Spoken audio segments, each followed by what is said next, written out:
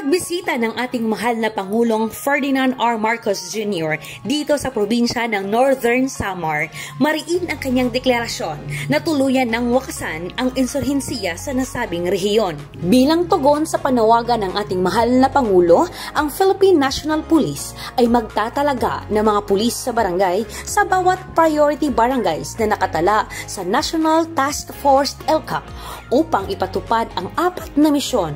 Una, umalalay sa tagumpay ng Community Support Program at ng Focused Military Operations ng Sandatahang Lakas ng Pilipinas. Pangalawa, pigilan ang muling pagbalik ng insurhensiya sa nasabing CSP-cleared barangays. Pangatlo, alagaan at protektahan ang mga barangay na hindi pa apektado ng insurhensiya at ang pang-apat ay ang siguraduhin na maipatupad ang mga proyekto at programa ng gobyerno. Ang pagtatalaga ng RPSB personnel sa bawat priority barangays ay gagampanan ang apat na lines of efforts, gaya ng counter-organization operations, law enforcement operations, community engagement at ang interagency support operations upang tuluyang maging safe at conflict resilient ang isang barangay. Kasama ng pambansang pulisya ng Pilipinas ang ating barangay, municipal at provincial local government units at ang iba't ibang national government agencies